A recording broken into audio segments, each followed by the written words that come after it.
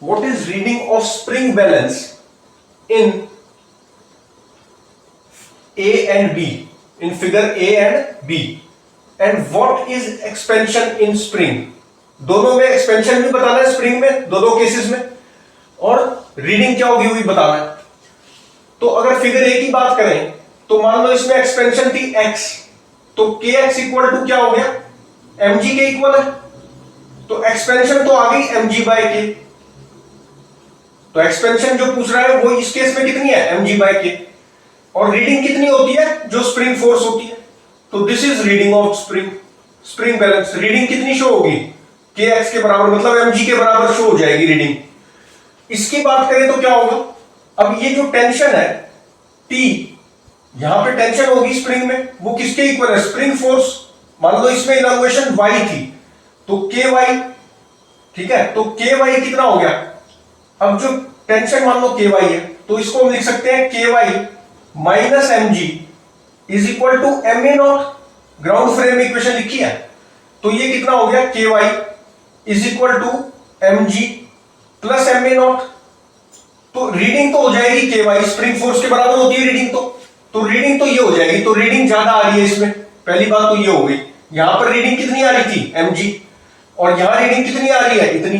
Expansion कितनी आएगी इसमें, mg plus ma not upon k, ये रीडिंग आएगी इसमें। तो रीडिंग भी वहां पर तो mg बाय k थी, यहां रीडिंग बढ़ गई, तो ये सॉरी एक्सपेंशन जो है यहां पर बढ़ गई और रीडिंग भी बढ़ गई। यहां ये रीडिंग है, यहां ये रीडिंग थी, तो ये भी बढ़ गई रीडिंग स्प्रिंग बैलेंस की, और एक्सपेंशन भी बढ़ी है। पहले एक्सपेंशन ये थी स्प्रिंग में, और ये इलॉन्गेशन बोलो या एक्सपेंशन, इलॉन्गेशन बोलना चाहिए, तो पहले इलॉन्गेशन ये थी, अब कितनी है, ये, तो कितनी बढ़ गई, ma नॉट बाय k बढ़ गई। अच्छा, तो सॉल्व हो गया। अब इस पे आ जाओ, Fn is applied when F1 is applied on spring, its length is L1। अब ये किस तरह का स्प्रिंग होगा, मतलब फोर्स कैसे अप्लाई करोगे। मान लो ऐसे स्प्रिंग है, ठीक है, यहां पे ये अटैच है, कनेक्टेड है, तो यहां पर अगर मैं F1 लगा रहा हूं तो जाहिर सी बात है ये भी F1 से इसको रोकेगा, तो इसमें इलॉन्गेशन आएगी। अब एक ही तरफ से F1 तो नहीं लग सकती ना, दोनों तरफ से F1 लग रही होगी तभी तो इलॉन्गेशन आएगी। तो ये तो खुद सोचने वाली बात है, कॉमन सेंस है।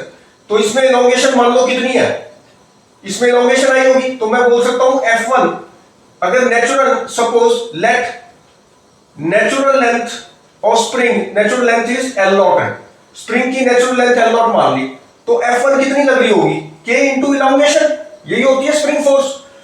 इलॉन्गेशन कितनी हो जाएगी, अप्लाइड, इसकी लेंथ जो है L1 होगी, तो इलॉन्गेशन कितनी होगी, L1 माइनस L0। भाई F1 फोर्स लगाई तो ये कह रहा है कि L1 लेंथ आ गई। अब ये L1 लेंथ तो बढ़ी हुई लेंथ है ना, L0 थी नेचुरल लेंथ, तो L तो कितनी बड़ी होगी है, L1 माइनस L0, ये इलॉन्गेशन होगी, तो force equal to K into elongation आ गया। इसी तरह से F2 कितना आ जाएगा, K into L2 minus L0 आ जाएगा। अच्छा, फिर इसने कहा है F2 L2, what is length if F3 is applied. अगर F3 अप्लाइड करेंगे तो क्या आएगा, K L3 हो जाएगी ये लेंथ माइनस L0, ठीक है। अब मुझे क्या करना है, ये L3 निकालना है। L3 तो तब निकालूंगा ना जब K भी हमारे पास नहीं है और L0 की वैल्यू भी आनी चाहिए। तो हम क्या करेंगे, इसको और इसको डिवाइड कर दो, F1 बाय F2 कर दो। F1 बाय F2 करोगे तो क्या, इससे क्या फायदा होगा कि K तो कैंसिल हो गया, L1 minus L0 upon L2 minus L0। अब यहां से क्या करो, L0 निकाल लो, एक ही एक इक्वेशन है, एक वेरिएबल है L0, तो यहां से L0 आ जाएगा। सॉल्व करेंगे तो L0 की मेरी वैल्यू कितनी आ रही है, देख के बता देता हूं आपको जल्दी से। तो इसमें L0 की वैल्यू आ जाएगी, L0 की वैल्यू कितनी आ रही है, F1 L1, F1 L2 minus F2 L1, F1 L2 minus F2 L1 और upon F1 minus F2। Solve करोगे इसको, मतलब क्रॉस मल्टीप्लाई करो F1 L2, देखो यही आ रहा है, माइनस F1 L0 और इसको क्रॉस मल्टीप्लाई करो और L0 की वैल्यू ये आ जाएगी, F1 L2 माइनस कितनी आ रही है, F1 L2 minus F2 L1 upon F1 minus F2। अच्छा, अब क्या करो, हमें तो L3 निकालना है। अब क्या करो, F2 नहीं, F3 बाय F2 कर दो। अब क्या कर दो, F3 bye F2, F3 F3 bye F2 कर दो तो क्या मिल जाएगा, फिर से K कैंसिल हो गया, तो ये आ गया L3 माइनस L0 को मान लो X है, तो L3 माइनस X हो गया, और ये कितना हो गया, L2 माइनस X हो गया, L2 माइनस X। अब यहां से क्या करो, L3 निकाल लो in terms of X, L3 कितना आ रहा है, सॉल्व कर लो, इन टर्म्स ऑफ X आ जाएगा ना, एक ही वेरिएबल है इसमें, ये भी गिवन है, तो ये सब चीजें पता है, यहां से X निकाल लो, सॉरी L3 निकाल लो, L3 आ जाएगा X की टर्म्स में, और X को फिर ये पुट कर देना। L3 कितना आ रहा है बता भी देता हूं, L3 इसको सॉल्व करोगे तो आ जाएगा F3L2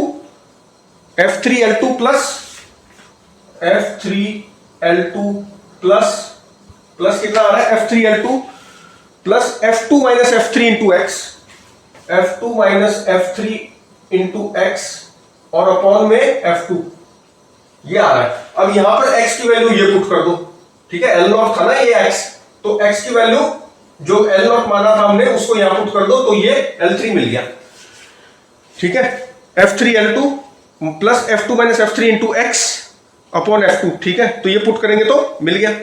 अच्छा, अब आ जाओ इन क्वेश्चंस पे। अब ये क्या है, स्ट्रिंग को या स्प्रिंग को कट करने वाले क्वेश्चन, और एक्सेलरेशन पूछी है तुरंत कट करते ही। अब देखो first part, string is cut from its equilibrium positions, figure A में और फिगर बी में स्ट्रिंग को कट कर दिया। स्ट्रिंग कहां पर है, फिगर ए में तो यहां पर है, और फिगर बी में यहां पर है, तो पहले फिगर ए को देख लेते हैं। स्ट्रिंग को कट किया है, ठीक है, स्प्रिंग को नहीं किया, स्ट्रिंग को किया फिगर ए में और बी में, और just after cutting acceleration of both masses बताना है। अब मैं अगर इसको कट कर दूंगा, ठीक है, तो ये टेंशन तो जीरो हो गई मेरी, लेकिन ये तो अभी जितना खिंचा हुआ था उतना ही रहेगा। तो बिफोर कटिंग अगर देखें, बिफोर कटिंग मतलब डेट इज एट इक्विलिब्रियम, अभी ये इक्विलिब्रियम में है, कट नहीं किया, तो अभी क्या चीज है देखो, ये kx अगर इसमें इलॉन्गेशन है, x इलॉन्गेशन है मान लो, तो kx किसके इक्वल है, 2mg प्लस टेंशन, ये टेंशन है t, ठीक है, इसके इक्वल है, और ये टेंशन बैलेंस कर रही है mg को, तो t को यहां mg पुट करोगे तो kx कितना आएगा, 3mg आ गया, ठीक है, टेंशन कितना आ गया, सॉरी kx कितना आ गया, 3mg। तो अब जब इसको कट करेंगे तो ये अभी भी kx ही है, ये एकदम से ये इलोंगेटेड रहेगा, एकदम से जीरो नहीं होता ये, तो ये kx लग रहा है, kx है 3mg के बराबर, ठीक है, 3mg, दिस इज kx, तो दिस माइनस 2mg, कट करने के बाद बता रहा हूं, ये just after cut, just after cutting 3mg minus 2mg is equal to 2ma हो जाएगा। तो इसकी एक्सेलरेशन कितनी आएगी, m से m कैंसिल हो गया, तो ये 3g minus 2g is g, तो a कितनी आ गई, g/2 आ गई। ये किसकी एक्सेलरेशन आई है, जस्ट आफ्टर कट आई है 2m की, ठीक है, और ऊपर की तरफ आई है, ऊपर की तरफ कितनी एक्सेलरेशन आ गई इसकी, g/2। अच्छा चलो, इसकी तो निकाल ली हमने, जस्ट आफ्टर कट पता चल गई, ऊपर की तरफ g/2 है, इसकी एक्सेलरेशन कितनी होगी। अब ये टेंशन जो है इसको कट करते ये जीरो होगी, टेंशन जीरो हो जाती है इंस्टेंटली, कट कर दिया टेंशन जीरो होगी, कट करते ही जीरो होगी, तो अब ये क्या होगा, इसका फ्री फॉल होगा, फ्री फॉल होगा तो mg जो वेट है this is equal to m में, तो एक्सेलरेशन कितनी आ गई इसकी, फ्री फॉल में नीचे की तरफ g आ गई, ठीक है, तो g/2 और g आ गई, उसकी g/2 अपवर्ड है और इसकी g/2 अपवर्ड है, और इसकी कितनी है 2m की, तो कितनी है g/2 अपवर्ड है, ठीक है, और इसकी g नीचे की तरफ है m की, कट करते ही। अच्छा अब आ जाओ सेकंड पे, इस वाले में देखो स्ट्रिंग कट करेंगे, तो स्ट्रिंग कट कर दिया तो क्या होगा, ये तो इलॉन्गेशन अभी जितनी है उतनी रहेगी ना, तो बिफोर कटिंग एट इक्विलिब्रियम, मतलब बिफोर कटिंग बोलो या एट इक्विलिब्रियम बोलो, तो ये क्या था kx, ठीक है, अगर इसमें इलॉन्गेशन x है तो kx इक्वल टू 4g था, और ये 5 किलोग्राम इक्विलिब्रियम में है, तो मतलब ये जो टेंशन t है, t इज इक्वल टू कितना होगा, 5g प्लस kx हुआ, मतलब 5g प्लस 4g हुआ, मतलब टेंशन कितनी हुई, 9g हुई, ठीक। अब क्या किया, टेंशन को कट कर दिया तो ये तो जीरो हो गई, टेंशन जस्ट आफ्टर कट कितनी हो गई, zero, t equal to zero हो गया, लेकिन ये तो इलोंगेटेड है अभी, ये किसके इक्वल है? ये तो इलोंगेशन में है ना, जस्ट आफ्टर कट ये एकदम से जीरो नहीं होता, इसमें टेंशन रहती है, स्प्रिंग खिंचा हुआ रहेगा। तो इसमें कितनी फोर्स है? 4G। ठीक है, इसमें 4G जस्ट आफ्टर कट है। ठीक है, जस्ट आफ्टर कट इसमें 4G है। तो इस 5G पे कितनी, ये जीरो हो चुका है और यहां पे 4G फोर्स है नीचे की तरफ। तो अब मैं बोल सकता हूं 5G plus kx is equal to 5 है, और kx that is 5G plus kx इसके इक्वल है 4G के, डेट इज इक्वल टू 5 है। This implies that acceleration of 5 kg just after cut कितनी बन गई? 9G/5। तो इसकी जस्ट आफ्टर कट नीचे की तरफ एक्सेलरेशन है 9G/5।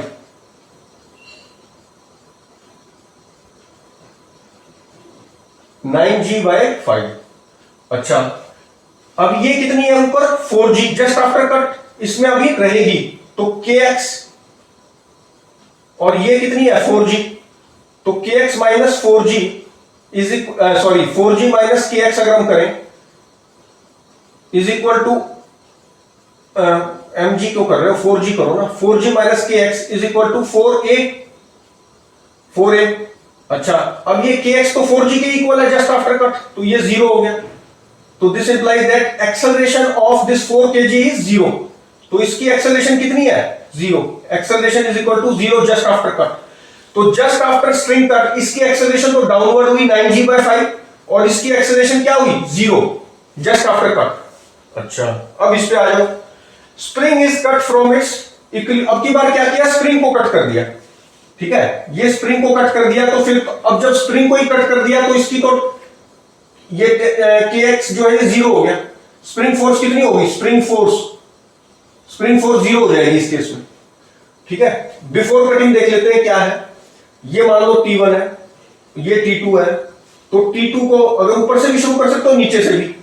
तो अगर ऊपर से करें तो क्या बोलेंगे? T1 is equal to 1G plus kx। ठीक है, एट इक्विलिब्रियम की बात कर रहा हूं। बिफोर कटिंग T1 किसके इक्वल था? 1G प्लस kx के। अच्छा, और ये जो kx है ये इक्वल था 2G प्लस T2 के। अब इसमें कंफ्यूज मत करना कि ये T2 को ना लो, इसको लेना पड़ेगा ना। अगर मान लो ये ना होता तो ये किसको बैलेंस कर रहा था? सिर्फ 2G को। लेकिन इस 2G को भी नीचे कोई खींच रहा है, तो अब किसको बैलेंस कर रहा है? ये 2G प्लस T2 को। और एक्सेलरेट होगा तो क्या लिखेंगे? kx minus 2G minus of 2G plus T2 is equal to 2a ऊपर की तरफ। ठीक है, तो ये सही लिखना है। फिर उसके बाद T2 किसको बैलेंस कर रहा है? 4G को। तो यहां से kx कितना आ गया? 4G अगर यहां लिखूं मैं तो कितना आ गया kx? अच्छा चलो, अब इसमें ये चीजें हैं। ठीक है, अब जस्ट आफ्टर कट क्या होगा? किसको कट किया ये भी देख लो। स्प्रिंग इज कट, तो स्प्रिंग को कट कर दिया। तो अब टेंशन T1 जो है ना, स्प्रिंग को कट कर दिया, तो tension now just after cut, तो T1 जो है, T1 इज इक्वल टू कितना हो गया? T1 अब 1G हो गया। T1 अब 1G के बराबर हो गया। स्प्रिंग नहीं हो पाता था। ठीक है, मतलब टेंशन को कट करते थे तो स्प्रिंग जो है एकदम से जीरो एडजस्ट नहीं करता था, लेकिन T1 एकदम से एडजस्ट कर सकता है। इसको काटते ही T1 किसके बराबर हो गया? 1G के। तो जब T1 1G के बराबर हो गया, T1 जब 1G के बराबर हो चुका है, तो फिर एक्सेलरेशन क्या होगी?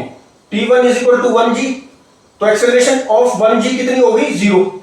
एक्सेलरेशन ऑफ किसकी? 1G की, 1 किलोग्राम की। 1 kg की एक्सेलरेशन कितनी है? जीरो, क्योंकि ये तो बैलेंस कर रहा है। ये जीरो हो गया यहाँ पे, तो टेंशन भी एकदम से चेंज हो गया और 1G के इक्वल हो गया। T1 is balancing this 1 kg, तो एक्सेलरेशन इसकी कितनी? जीरो। अच्छा, इसको कट कर दिया तो ये सब जीरो हो चुका है। अब इनका क्या हो रहा है? फ्री फॉल हो रहा है। अब इस पोर्शन का क्या हो गया? फ्री फॉल हो रहा है। तो 2 kg का क्या होगा? अब ये टेंशन T2 क्या हो गया? ये क्या हो गया? जीरो हो गया। ठीक, टेंशन T2 क्या हो गया? इसको कट करते ही ये फ्री फॉल करेगा। तो 2G इज इक्वल टू हम लिख सकते हैं 2a। 2 से 2 कैंसिल, तो इसकी नीचे की तरफ एक्सेलरेशन फ्री फॉल मतलब G, और इसकी क्या होगी? 4G is equal to 4a।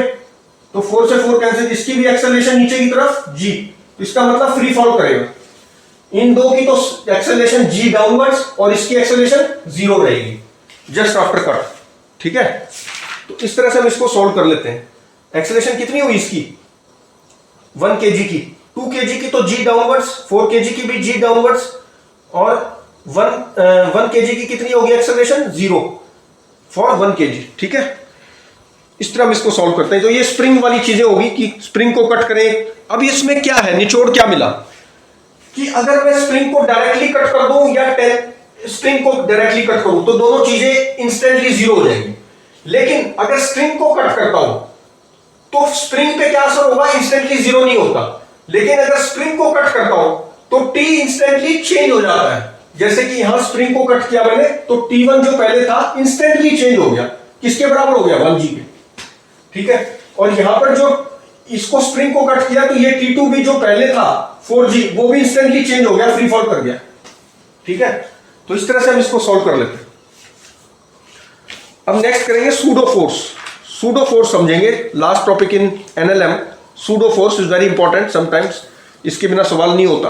वैसे तो ग्राउंड फ्रेम में भी कर सकते हैं। Pseudo force actually non inertial frame में करते हैं। इनर्शियल फ्रेम में तो सूडो फोर्स नहीं होती। Non inertial accelerated frame of reference से जब चीजों को एनालाइज करते हैं तो सूडो फोर्स का इस्तेमाल होता है। This will study in next video with some examples also.